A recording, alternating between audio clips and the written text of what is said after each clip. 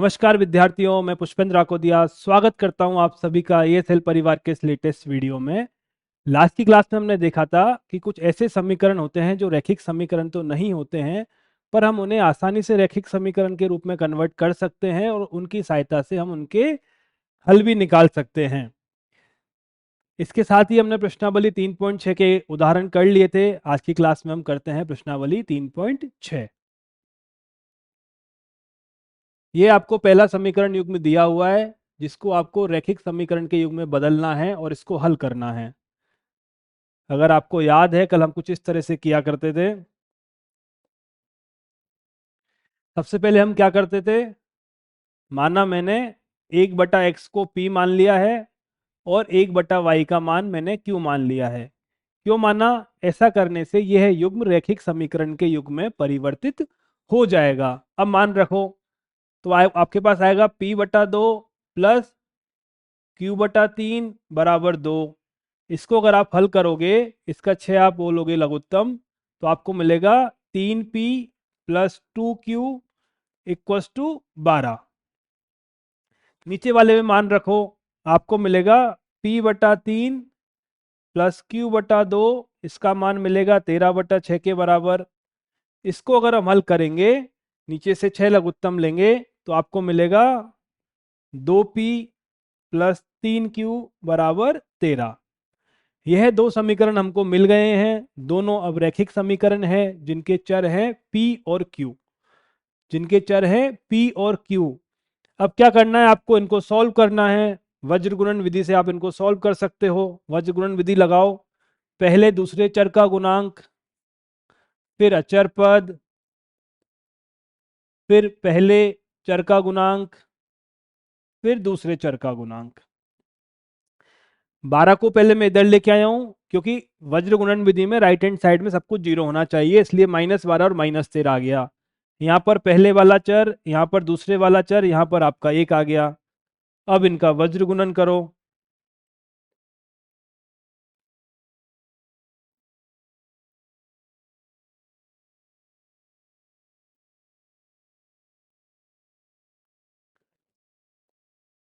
क्या मान निकलेगा हमारे पास? यहाँ पर निकलेगा p के नीचे आएगा माइनस का 26 और प्लस का 36। ठीक है। q के नीचे क्या आएगा? माइनस का 24 और प्लस का 39। और 1 के नीचे क्या आएगा? 1 के नीचे आपको मिलेगा 9-4। करेक्ट।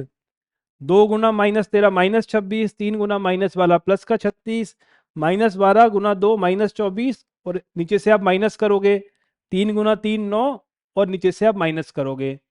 p की वैल्यू कितनी निकली? 10। q का मान कितना आया? 15। और 1/5। p का मान कितना होगा? 10/5, मतलब p इक्वस टू 2 आ गया। q का मान कितना आएगा? 15/5, मतलब p का मान आपका 3 आ गया। अगर p का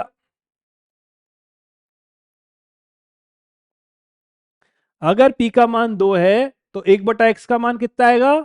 अगर p का मान 2 है तो x का मान कितना निकलेगा?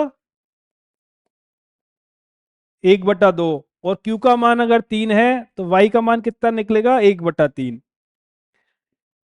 यह क्वेश्चन कल हम इन डिटेल में सॉल्व कर चुके हैं, इसलिए हम थोड़ा सा फास्ट चलेंगे, क्योंकि सेम वैरायटी के क्वेश्चंस आपको करीब 7 से 8 क्वेश्चन आपको एक जैसे दिए हुए हैं। अगला क्वेश्चन हम लेते हैं। सेम आपको रैखिक समीकरण में पहले बदलना है और रैखिक समीकरण में बदलने के बाद उसको हल करना है। तो क्या करेंगे? माना 1/वर्गमूल x का मान आपने p मान लिया और 1/वर्गमूल y का मान आपने q मान लिया। यह मानने से क्या हुआ? 2/p, नहीं, 2p प्लस 3q का मान 2 के बराबर आ गया, और 4p माइनस 9q का मान -1 के बराबर आ गया। ठीक है। अब इनको सॉल्व करना है। अगर मैं इसको 3 से गुना कर दूंगा तो क्यू वाले पद दोनों में बराबर हो जाएंगे, मेरा विलोपन विधि काम कर जाएगा। पहला, दूसरा, क्या करूं? समीकरण नंबर 1 को मैं गुना करता हूं 3 से, क्या मिलेगा? 6p प्लस 9q का मान 6 के बराबर, ये समीकरण नंबर 3 आ गया। समीकरण नंबर 2 में माइनस का 9q है, 3 में प्लस का 9q है। अगर मैं समीकरण नंबर 2 को और समीकरण नंबर 3 को जोड़ देता हूं, अगर मैं समीकरण नंबर 2 को और समीकरण नंबर 3 को जोड़ देता हूं तो मुझे क्या मिलेगा? 4p प्लस 6p, क्यू आपस में कैंसिल हो जाएगा, इक्वल्स टू -1 प्लस 6। 10p का मान मुझे 5 के बराबर मिलेगा, p का मान मुझे 1/2 के बराबर मिलेगा। ठीक है, p का मान मुझे 1/2 के बराबर मिलेगा। अगर मैं p का मान 1/2 यहाँ पर रखता हूँ, अगर मैं p का मान 1/2 यहाँ पर रखता हूँ तो 2/2 प्लस 3q बराबर 2। तो 3q का मान आएगा 1 के बराबर, q का मान मिलेगा 1/3 के बराबर। करेक्ट।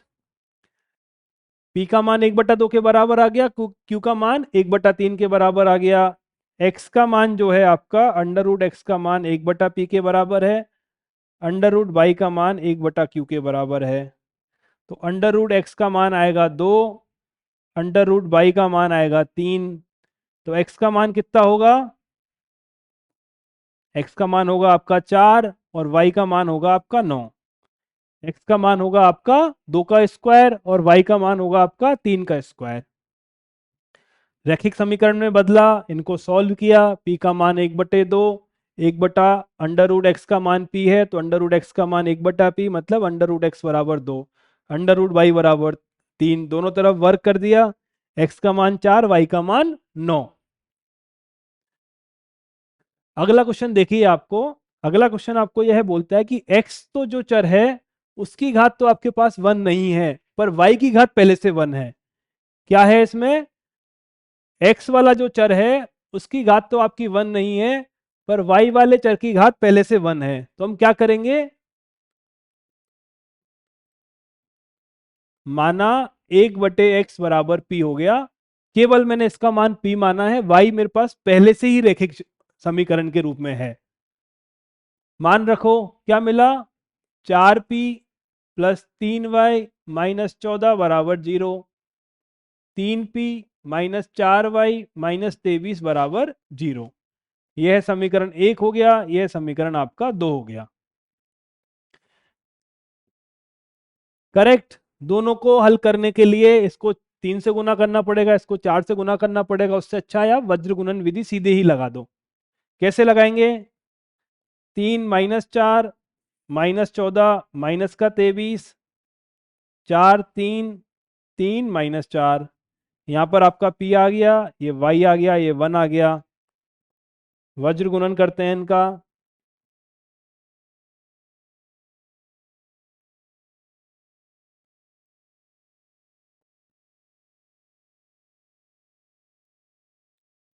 हल करो। p के साथ क्या आएगा आपका? माइनस का 6 और माइनस माइनस प्लस माइनस का 56, यही आएगा। माइनस का 6 आएगा, माइनस माइनस प्लस हो गए, 14 चौकू 56 आपके आ गए। यहाँ पर आप y का मान निकालो, 14 × 3 आपका 30 प्लस 12 माइनस का 42 और माइनस का 12।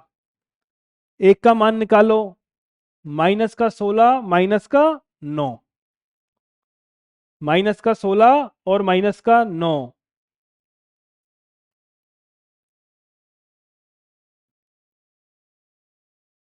ठीक है, इसको हम सॉल्व करने जाते हैं।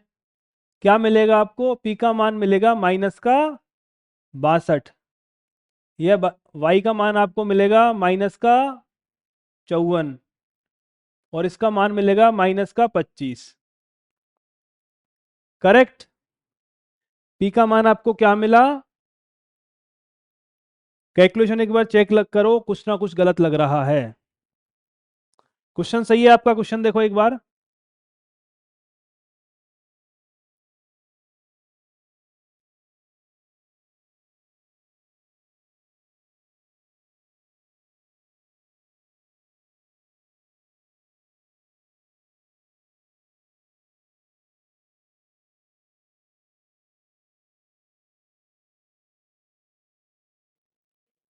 हम्म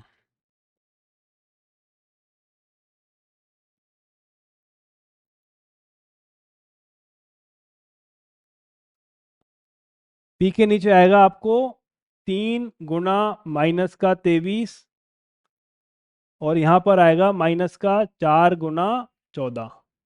पूरा मिटा देते हैं इसको, रुको।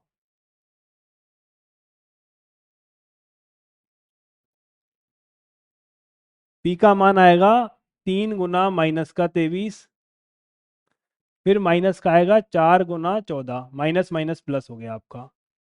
क्यू के साथ क्या आएगा?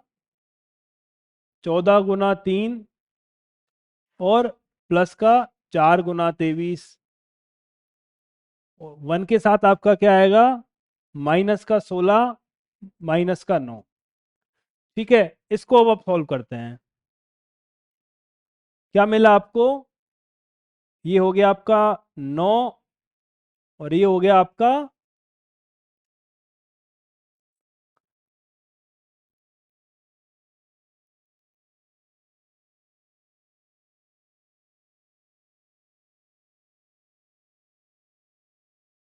पी का मान कितना मिल रहा है आपको? 15 हासिल लगी 125 माइनस में।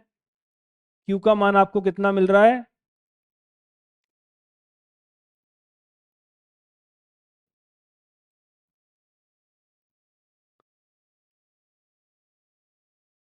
50, और ये आपका हो गया -का 25, और क्यू की जगह भी मेरा भाई है।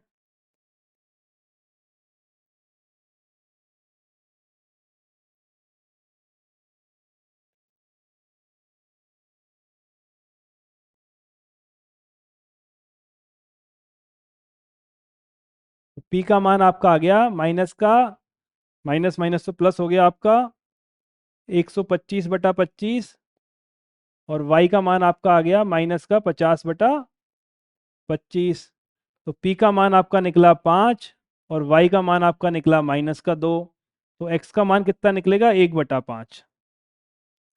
x का मान कितना निकलेगा? 1/5। करेक्ट। नेक्स्ट क्वेश्चन पे चलें। क्वेश्चन नंबर 4 आपका दिया गया है, देखो।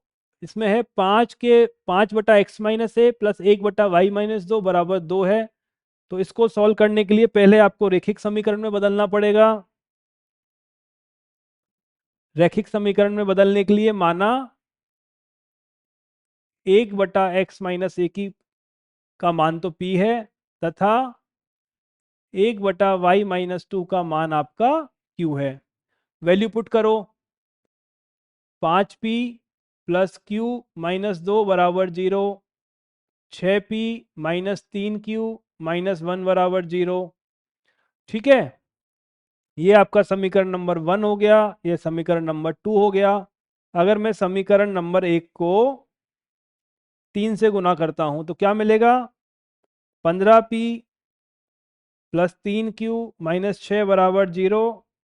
6p -3q -1 बराबर 0। ये समीकरण नंबर 3, ये समीकरण नंबर 2। 3 से गुना करने से q वाले पद दोनों समीकरण में बराबर हो गए हैं। अब मैंने क्या किया है? समीकरण नंबर 2 को और समीकरण नंबर 3 को जोड़ दिया है। समीकरण 2 और 3 को जोड़ दिया है, तो आपको क्या मिलेगा? 15 + 6 21p। ये कैंसिल हो गए, -का 7 बराबर 0। 21p बराबर 7। p का मान आपको मिलेगा 7/21, मतलब 1/3। p आपको क्या मिला? 1/3। p का मान अगर मैं 1/3 समीकरण नंबर 1 में रखता हूं तो मुझे क्या मिलेगा? 5 1/3 प्लस q -2 बराबर 0। तो q का मान क्या होगा? 2 - 5/3। तो q का मान होगा 6 - 5/3, मतलब q बराबर 1/3। p का मान भी 1/3 है, q का मान भी 1/3 है। तो इससे क्या होगा? x-1 का मान 3 आ जाएगा, और y-2 का मान 3 आ जाएगा। तो x का मान आपका 4 हो गया, y का मान आपका 5 हो गया। x का मान आपका 4 हो गया, y का मान आपका 5 हो गया। यह आपको दिए गए समीकरण के एक हल हैं। नेक्स्ट क्वेश्चन लेते हैं। क्वेश्चन नंबर 5 को आप अच्छे से देखिए। क्वेश्चन नंबर 5 को अच्छे से देखिए। इसमें 1/x और 1/y आपको नहीं दिए गए हैं, एक्स वाई का गुणांक दिया हुआ है। 1/x और 1/y नहीं दिए गए हैं, एक्स वाई का गुणांक दिया हुआ है। पर अगर मैं पहले वाले पद में एक्स वाई का भाग देता हूं, अगर मैं पहले वाले पद में एक्स वाई का भाग देता हूं तो मुझे क्या मिलेगा? पहले वाले पद में एक्स वाई का भाग दिया तो मुझे मिलेगा 7/y, और यहां मुझे मिलेगा 2/x बराबर 5। क्या किया? एक्स वाई का मैंने भाग दे दिया है। अगर मैं दूसरे वाले समीकरण में भी यही करने जाऊं तो मुझे मिलेगा 8/y प्लस 7/x बराबर 15। ठीक है। अब मुझे रैखिक समीकरण बनाने के लिए क्या करना पड़ेगा? माना 1/x बराबर p है और 1/y बराबर q है। ठीक है, मान पुट करो। 7q माइनस 2p माइनस 5 बराबर 0। 8q प्लस 7p माइनस 15 बराबर 0। ये आपको समीकरण नंबर 1 मिल गया है, समीकरण नंबर 2 मिल गया है। समीकरण नंबर 1 आपको मिल गया है, समीकरण नंबर 2 आपको मिल गया है। इनको आपको हल करना है। वज्र गुणन विधि हम लगाते हैं। -2 और 7, -5 -15, 7 और 8, -2 और 7। ये आपका आएगा, यहाँ पर क्या आएगा आपका? Q, और यहाँ पर आएगा P, और यहाँ पर आएगा 1। ऐसा क्यों हुआ? क्योंकि इसमें पहला जो चर है वो Q है, दूसरा जो चर है वो P है। या तो आपको इन दोनों को पलट के लिखना पड़ेगा, पहले P लिखोगे फिर Q लिखोगे तो आपका नंबर्स उस हिसाब से चेंज हो जाएंगे। पर अगर पहला वाला चर आप Q को रखोगे तो आपको यहाँ पर आपको Q लिखना पड़ेगा, दूसरे वाले चर को P रखोगे तो दूसरा चर लिखना पड़ेगा। करेक्ट। अगर आपको यहाँ पर P और यहाँ पर Q करना है तो पहले P लिखना फिर Q लिखना। सॉल्व करते हैं हम। 30 प्लस का 35, माइनस का 40 और प्लस का 105, 1/49 प्लस 16, 49 प्लस 16। ठीक है, सॉल्व करो इसको। Q के नीचे आया 65, P के साथ में भी आया 65, और 1 भी आया आपका 65। मतलब Q का मान भी 1 है, P का मान भी 1 है, मतलब X का मान भी 1 है और Y का मान भी 1 है। सॉल्व हो गया आपका समीकरण। X का मान भी 1 है और Y का मान भी 1 है। अगला वाला क्वेश्चन लो। सेम क्वेश्चन है यह भी, जो अभी हमने क्वेश्चन नंबर 5 सॉल्व किया है उसी के रूप में दिया हुआ है। आपको पहले एक्स वाई का भाग यहाँ पर देना पड़ेगा। कैसे? 6x प्लस 3y बराबर 6xy है। आप पूरे में xy का भाग दोगे, आपको 6/y मिलेगा, आपको 3/x मिलेगा, यहाँ पर आपको 6 मिलेगा। ठीक है। ऐसे ही जब आप 2x प्लस 4y बराबर 5xy में xy का जब आप भाग दोगे तो आपको 2/y मिलेगा, और यहाँ आपको 4/x मिलेगा, और यहाँ पर आपको 1 मिलेगा। ठीक है, 6/y मिल गया, 3/x मिल गया, 6 मिल गया, 2/y, 4/x और 5 मिल गया। अब मुझे क्या करना है? अब मुझे करना है, माना 1/x बराबर p है और 1/y बराबर q है। 1 बटा, इनके मान यहां पर पुट करो। 6q प्लस 3p माइनस 6 बराबर 0। यहां पुट करो 2q प्लस 4p माइनस 5 बराबर 0। करेक्ट। ये हमारे दो समीकरण आ गए हैं। समीकरण नंबर 1 है, समीकरण नंबर 2 है। अब देखो, यहां पर q का मान क्यू का गुणांक 6 है, यहाँ पर क्यू का गुणांक 2 है। अगर मैं समीकरण नंबर 2 को 3 से गुना कर देता हूं, समीकरण नंबर 2 को मैंने अगर 3 से गुना किया तो मुझे क्या मिलेगा? 6Q plus 12P minus 15 equals to 0।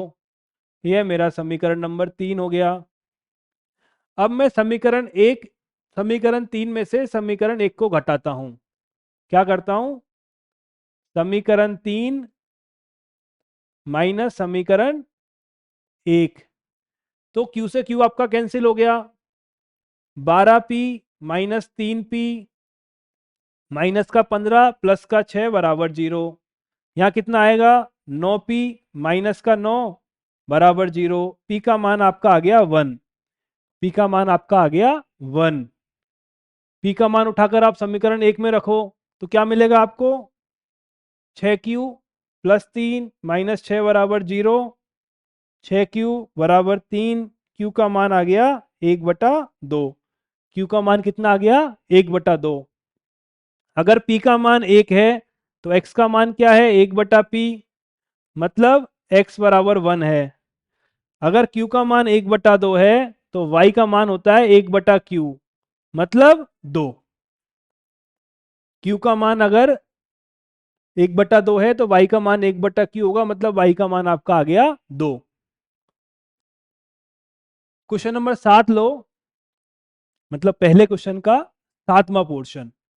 यह बोलता है 10/x plus y plus 2/x minus y का मान 4 है। ठीक है,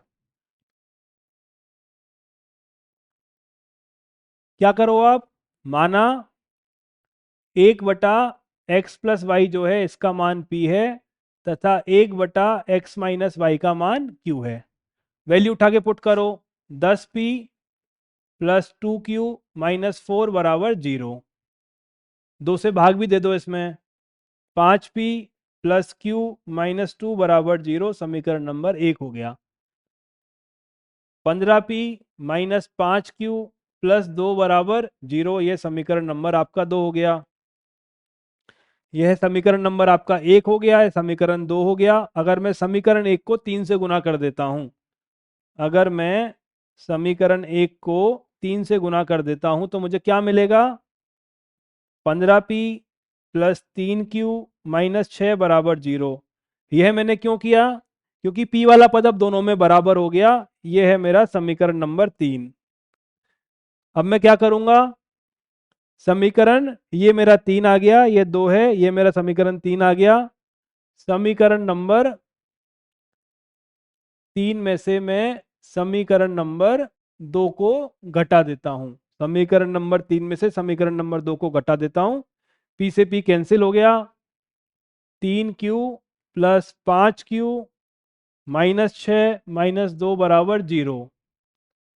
8q माइनस 8 बराबर 0। तो q का मान आपका आ गया 1। q का मान आपका क्या आ गया? 1। अगर q का मान आपका 1 है, अगर q का मान आपका 1 आया है तो p का मान कितना होगा? अगर q का मान आपका 1 आया है तो p का मान होगा 5p प्लस 1 माइनस 2 बराबर 0, मतलब 5p बराबर 1। p का मान निकलेगा 1/5। करेक्ट। अगर p का मान 1/5 है तो x प्लस वाई का मान कितना होगा? x प्लस वाई का मान होता है 1/p, और x माइनस वाई का मान है 1/q। तो x प्लस वाई का मान तो आपका निकलेगा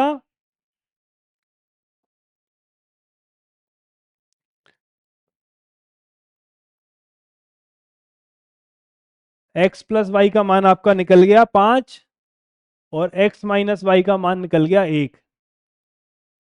x प्लस वाई का मान निकल गया 5 और x माइनस वाई का मान निकल गया आपका 1। दोनों को जोड़ दो, ये समीकरण नंबर आपका 4 हो गया, ये समीकरण नंबर 5 हो गया। समीकरण नंबर 4 प्लस समीकरण नंबर 5, दोनों को जोड़ा तो 2x बराबर 6। x का मान आपका आ गया 3। x का मान जब 3 यहां पर रखोगे तो y का मान आ जाएगा 2। x का मान 3 और y का मान आपका आ जाएगा 2। अगले क्वेश्चन पे आते हैं। ये है आपका पहले वाले प्रश्न का आखिरी क्वेश्चन, जिसमें आपको 1/3x प्लस वाई दिया हुआ है और 3x माइनस वाई दिया हुआ है। यहां पर भी 3x प्लस वाई है, यहां पर भी 3x माइनस वाई है। मतलब यहां पर मुझे मानना पड़ेगा, यहां पर मुझे मानना पड़ेगा 1/3x प्लस वाई को तो मैं मान लेता हूं p, और 1/3x माइनस वाई को मैं मान लेता हूं q। ठीक है, 1/3x प्लस वाई को मैंने p मान लिया, 1/3x माइनस वाई को मैंने q मान लिया। अब मेरा समीकरण देखो क्या बना, p प्लस क्यू बराबर 3/4। यहां पर क्या बना, p/2 माइनस q/2 बराबर माइनस का 1/8। इसको अगर मैं हल करता हूं तो p माइनस क्यू का मान हो गया माइनस का 1/4। यह समीकरण नंबर 1 है, यह समीकरण नंबर आपका 2 है। p प्लस क्यू 3/4 है, p माइनस क्यू माइनस का 1/4 है। क्या किया मैंने, समीकरण 1 प्लस समीकरण 2। क्यों किया, इससे q का मान आपस में कैंसिल हो जाएगा।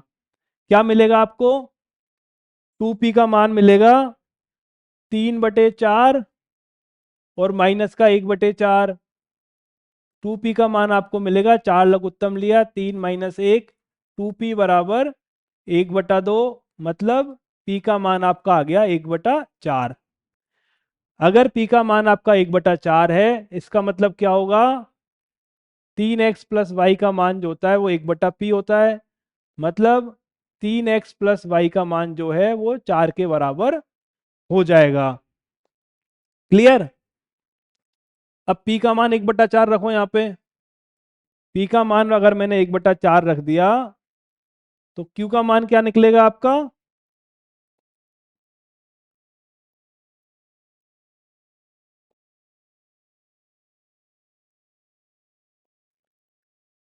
q का मान आपका 1/2 निकल गया। अगर q का मान 1/2 है तो आपके 3x माइनस वाई का मान क्या निकलेगा, समीकरण नंबर 2 हो गया है, समीकरण नंबर आपका 3 है। तो आपको क्या मिलेगा, ये समीकरण नंबर आपकी 4 हो गई। अगर मैं समीकरण 3 प्लस समीकरण 4 को जोड़ देता हूं, अगर मैं समीकरण नंबर 3 और 4 को अगर जोड़ देता हूं तो मुझे क्या मिलेगा, 6x का मान 6 के बराबर मिलेगा, x आपका 1 हो गया। और x का मान अगर मैं 1 रखता हूं यहां पर, तो 3 - y का मान 2 के बराबर है, मतलब y का मान भी 1 हो गया। तो आपका x भी 1 है और आपका y भी 1 है। आपका x भी 1 है, y भी 1, एक बार क्वेश्चन को देख लो।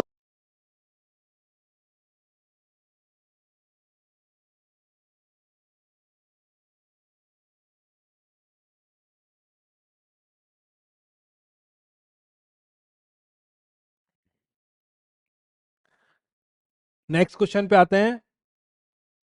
अब इनको आप पढ़िए। कुछ इसी टाइप का क्वेश्चन मैंने कल सॉल्व किया था। निम्न समस्याओं को रैखिक समीकरण युग्म के रूप में व्यक्त कीजिए, फिर उनके हल ज्ञात कीजिए। ऋतु धारा के अनुकूल 2 घंटे में 20 किलोमीटर तैर सकती है और धारा के प्रतिकूल 2 घंटे में 4 किलोमीटर तैर सकती है। स्थिर जल में तैरने की चाल और धारा की चाल। देखिए, क्या चाहिए आपको, एक तो है माना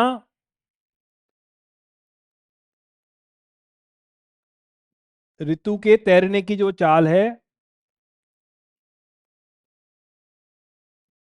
वो है x, और धारा की जो चाल है वो है आपका y। ऋतु के तैरने की चाल x किलोमीटर प्रति घंटा है और धारा की जो चाल है वो है y किलोमीटर प्रति घंटा है। अब कल मैंने यह देखा था, या कल यह बताया था, अगर ये आपकी कोई नदी है, इस पर आपने एक ये नाव है आपकी, या फिर आप तैरना स्टार्ट कर रहे हो, अगर आप नदी आपकी इस तरफ बह रही है और उसका चाल है y किलोमीटर। नदी आपकी इस तरफ बह रही है और नदी का जो वेग है वो y किलोमीटर है इस दिशा में। अगर आप इधर की तरफ तैरोगे, नदी आपकी यूं बह रही है और अगर आप उसके विपरीत दिशा में तैरोगे, मतलब प्रतिकूल परिस्थिति में तैरोगे, तो आपका जो चाल है वो x किलोमीटर इधर की तरफ है। तो जो इफेक्टिव चाल आएगी वो x माइनस वाई के बराबर होगी। अगर आप प्रतिकूल दिशा में तैरोगे तो आप 22 किलोमीटर पर घंटे की स्पीड से आगे की तरफ बढ़ना चाह रहे हो, पर पानी बाइक की स्पीड से पीछे की तरफ आ रहा है। तो जो आपको इफेक्टिव चाल बचेगी, मतलब प्रतिकूल जो चाल होगी वो होगी आपकी x माइनस वाई के बराबर। आप इधर x की स्पीड से जाना चाहते हो और y की स्पीड से पानी पीछे की तरफ आ रहा है, तो आपके x स्पीड में से पानी की y की स्पीड आपको घटानी पड़ेगी। पर अगर आप अनुकूल तैर रहे हो, अनुकूल चाल का मतलब क्या हुआ, पानी भी इधर आ रहा है और आप x की स्पीड से इधर ही जा रहे हो, पानी भी इधर आ रहा है और आप x की स्पीड से इधर ही आ रहे हो, तो आपकी चाल में पानी की चाल भी जुड़ जाएगी। तो आपकी अनुकूल चाल x प्लस वाई हो गई। समझ पाए नहीं समझ पाए? ठीक है, अब समझिए क्या बोला गया है। धारा के अनुकूल 2 घंटे में 20 किलोमीटर तैर सकती है। क्या होता है आपका, देखो, दूरी का मान होता है चाल गुना समय, यही दूरी का मान होता है। अब क्या क्या दिया गया है मेरे को, क्या क्या दिया गया है मेरे को, 20 किलोमीटर उसने तैरना है, 2 घंटे मुझे तैरना है, समय, चाल हमें पता करनी है। तो चाल का मान क्या होगा, दूरी बटा समय। प्रतिकूल स्थिति में, अनुकूल स्थिति में अगर बात करूं तो x प्लस वाई का जो मान है वो होगा 20/2 के बराबर, मतलब 10। अनुकूल स्थिति की अगर मैं बात करता हूं तो 20 किलोमीटर वो 2 घंटे में जाती है, तो उसका जो चाल होगी वो 20/2 मतलब 10 हो जाएगी। तो x प्लस वाई का मान आपका 10 आ गया। प्रतिकूल परिस्थिति में 2 घंटे में 4 किलोमीटर तैर सकती है, मतलब x माइनस वाई का जो मान है वो 4/2 मतलब 2 के बराबर हो गया। करेक्ट। x माइनस वाई का जो मान है वो आपका 2 के बराबर हो गया।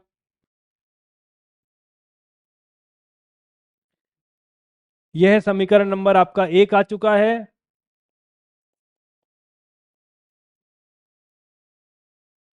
x माइनस वाई बराबर 2, यह समीकरण नंबर आपका 2 आ चुका है। अगर आप समीकरण नंबर 1 और 2 को जोड़ोगे, मतलब 2x का मान आपका आ जाएगा 12, इसका मतलब होगा x का मान आपका आ गया 6। x का मान आपका क्या आ गया, 6। x के मान 6 को यहाँ रखोगे तो y का मान आपका आ जाएगा 4। y का मान आपका आ जाएगा 4, मतलब ऋतु के तैरने की जो स्पीड है, ऋतु के तैरने की चाल तो 6 किलोमीटर पर आवर है, और जो पानी की चाल है, क्या मतलब हुआ इसका, इसका मतलब ये हुआ तैरने की चाल क्या होगी, 6 किलोमीटर प्रति घंटा, और पानी की चाल वो क्या होगी, 4 किलोमीटर प्रति घंटा। क्लियर? अगर आप प्रतिकूल और अनुकूल का अंतर समझते हो तो क्वेश्चन बड़ा आसान है। आपको यह समझ में आना पड़ेगा कि x प्लस वाई में कब लूंगा और x माइनस वाई में कब लूंगा। अगला क्वेश्चन हम देखते हैं। यह भी एक अच्छा क्वेश्चन है हमारा, जो क्या बोलता है आपसे, 2 महिलाएं और 5 पुरुष एक कसीदे के काम को साथ साथ 4 दिन में पूरा कर सकते हैं, जबकि 3 महिलाएं और 6 पुरुष उसको 3 दिन में पूरा कर सकती हैं। ज्ञात कीजिए कि इसी कार्य को करने में एक अकेली महिला कितना समय लेगी, पुनः इसी कार्य को करने में एक पुरुष कितना समय लेगा।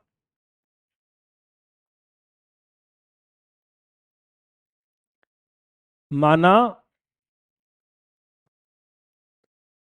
पुरुष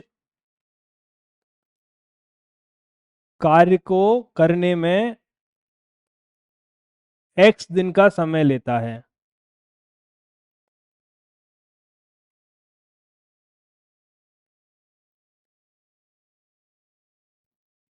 तथा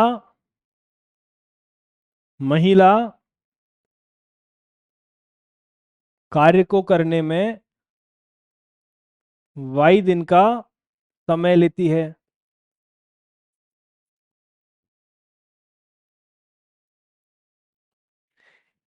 एक पुरुष उसको x दिन में उस काम को कर सकता है, एक महिला उसको x दिन में कर सकती है।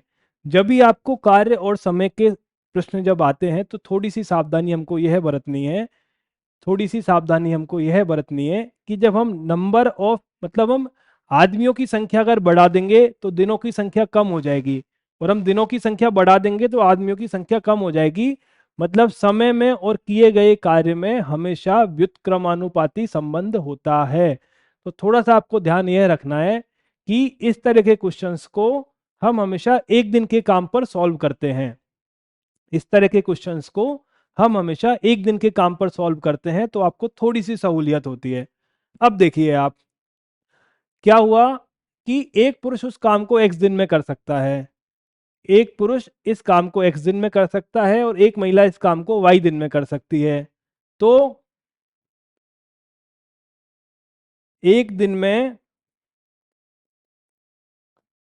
पुरुष 1/x काम करेगा तथा एक दिन में एक महिला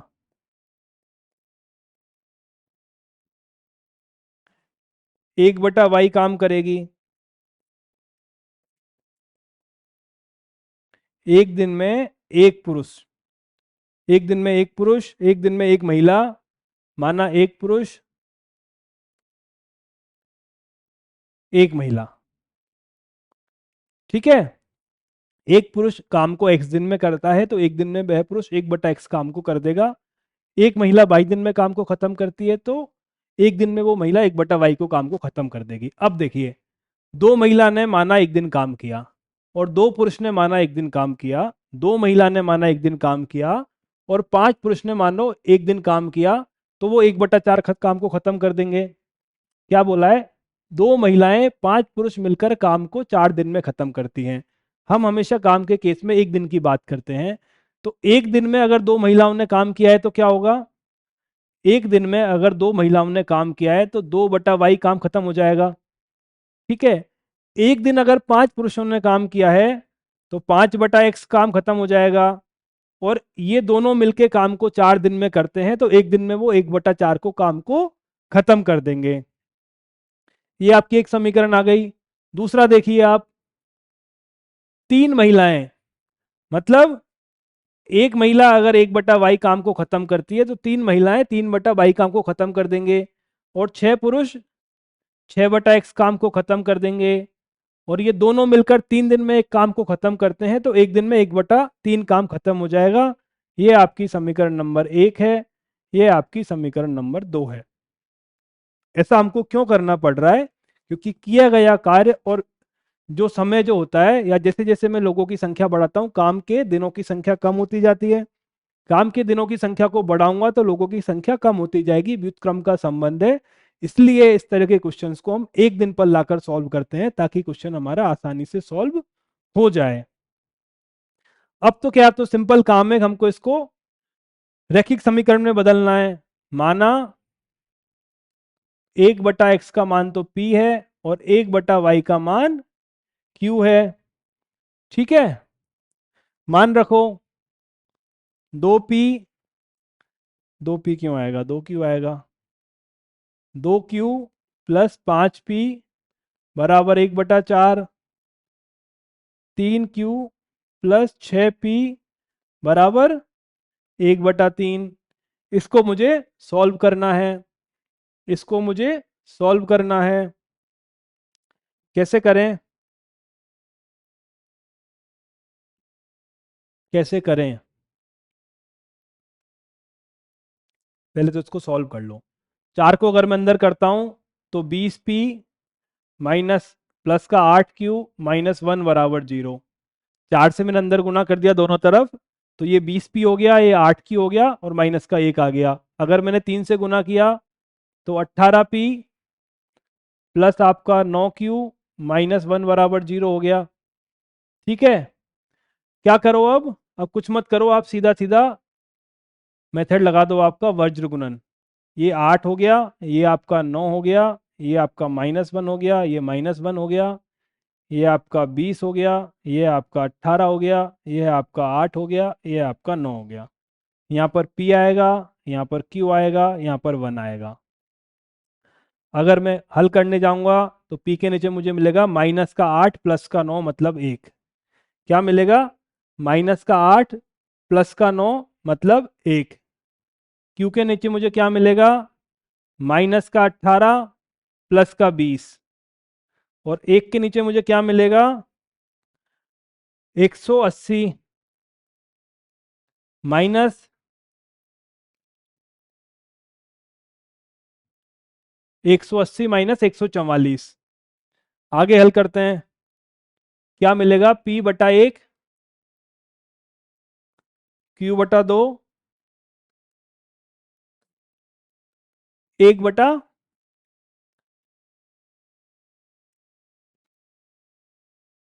180 में से 144 गया, 36 बचा आपके पास, 36। तो P का मान तो क्या निकला आपके पास? 36। और Q का मान क्या निकला आपके पास?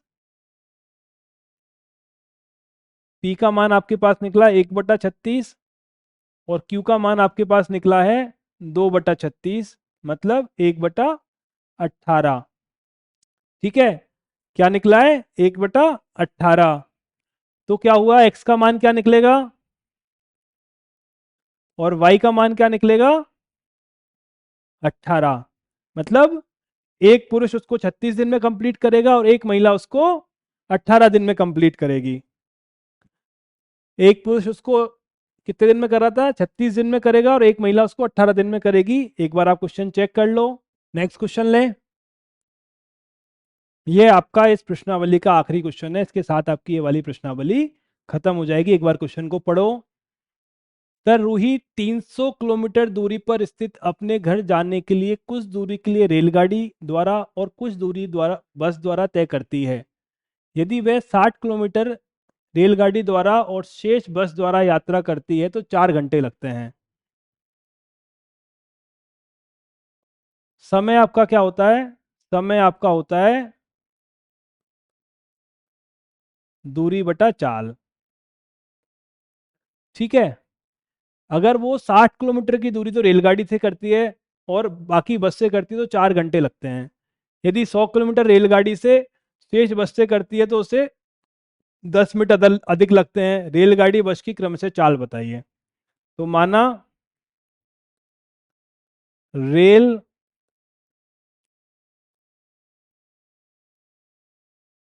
गाड़ी की चाल तो है x किलोमीटर प्रति घंटा और बस की चाल है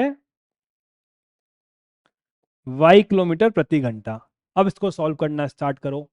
वह 60 किलोमीटर रेलगाड़ी द्वारा जाती है तो 60/x इतना समय तो वो रेलगाड़ी से ट्रेवल करेगी।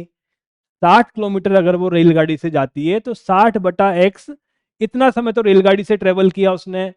शेष बस द्वारा जाती है, टोटल कितना है? 300। तो कितना बचा? 240। 240 वो बस द्वारा जाती है और उसे टोटल 4 घंटे का टाइम लगता है। 60 किलोमीटर वो आपकी ट्रेन से गई, 300 में से 60 गया, बचा कितना? 240। 300 में से 60 गया, बचा 240। 240 वो बस द्वारा गई, उसको समय लगा 4 घंटे का। आगे देखिए, यदि 100 किलोमीटर वो रेलगाड़ी से चलती है और बाकी का बस से चलती है तो उसको कितना समय लगता है? 10 मिनट अधिक। मतलब 4 सही, देखो अगर मिनट को मैं घंटे में बदलूंगा तो 10/60 1/6 हो जाएगा। 4 घंटा मुझे दिया हुआ था, 1/6 में जोड़ूंगा, 6 लघुत्तम लिया, 24 + 1 हो जाएगा मतलब 25/6। कितना समय लिया उसने? 25/6। ठीक है, अब मुझे x और y का मान निकालना है तो इस समीकरण को मुझे रैखिक समीकरण के रूप में बदलना पड़ेगा। उसके लिए मैं क्या करूं? माना 1/x बराबर p है तथा 1/y बराबर q है। ये मान यहां पर पुट करो। 60p प्लस 240q बराबर 4। 4 से भाग दे दो, 15 चौकू 60। ये आपका समीकरण नंबर 1 आ गया। दूसरा देखो, 100p प्लस 200q बराबर 25/6। 25 से भाग दे दो दोनों तरफ, तो आपको मिलेगा 4p प्लस 8q बराबर 1/6। 6 से भी गुना कर दो, 24p प्लस 48q माइनस 1 बराबर 0। यह आपकी समीकरण नंबर 2 है। यह आपकी समीकरण नंबर 2 है। अब इन दोनों समीकरण को हमको हल करना है। अगले पेज पे समीकरण लिख देते हैं। आपकी क्या थी? 15 plus 60q minus 1। 15p plus 60q minus 1 बराबर 0। 24p प्लस 48q माइनस 1 बराबर 0।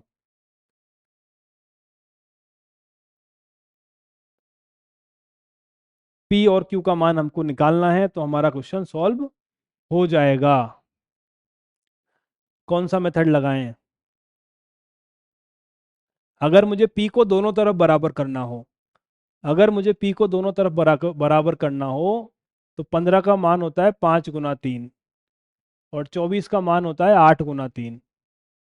ठीक है, तो अगर मैं इसको 8 से गुना कर दूं और मैं इसको 5 से गुना कर दूं, अगर मैं पहले वाले को 8 से गुना कर दूं, दूसरे वाले को 5 से गुना कर दूं, तो p के गुणांक दोनों में बराबर हो जाएंगे और q का मान मुझे मिल जाएगा। हल करो। 60 120 हो जाएगा। 120p प्लस 480q माइनस 8 बराबर 0।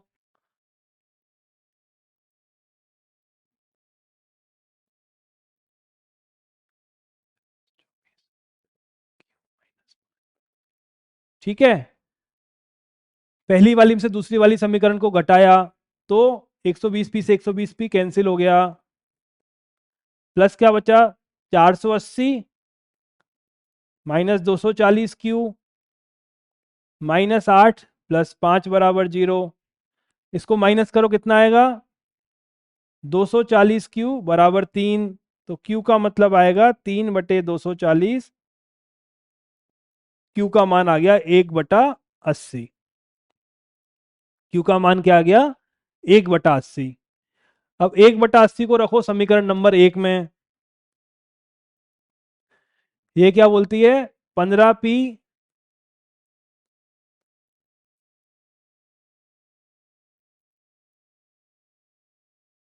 जीरो से जीरो कैंसिल, 3/4 माइनस 1 बराबर 0।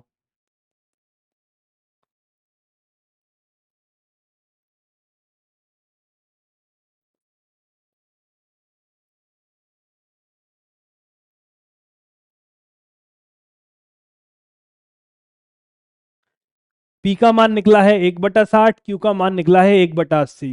p का मान निकला है 1/60, q का मान निकला है 1/80। तो x का मान क्या होगा? 1/p और y का मान क्या होगा? 1/q। x का मान क्या होगा? 1/p, y का मान 1/q।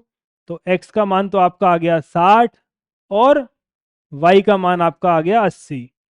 मतलब ट्रेन की जो चाल है वो 60 किलोमीटर प्रति घंटा है। क्या है? ट्रेन की जो चाल है वो 60 किलोमीटर प्रति घंटा है और जो बस की जो चाल है वो 80 किलोमीटर प्रति घंटा है। ठीक है, और ये दुनिया की पहली बस है जो ट्रेन से भी तेज चलती है। सिंपल। तो थोड़ा सा कैलकुलेशन लेंदी है। एक बार आपको अगर कंसेप्ट समझ में जाएगा तो क्वेश्चंस बड़े आपके आसान है। इसी के साथ आपकी प्रश्नावली 3.6 खत्म होती है। अब आपका इस चैप्टर में सिर्फ एक प्रश्नावली बाकी है, वो है 3.7, जो कि आपकी ऑप्शनल प्रश्नावली है, जिसके क्वेश्चंस आपसे बोर्ड में नहीं पूछे जाते हैं। फिर भी हम उस प्रश्नावली को एक बार सॉल्व करेंगे ताकि आपको चैप्टर की बेटर अंडरस्टैंडिंग आ जाए। तो आज की क्लास यहीं तक, फिर मिलते हैं नेक्स्ट क्लास में।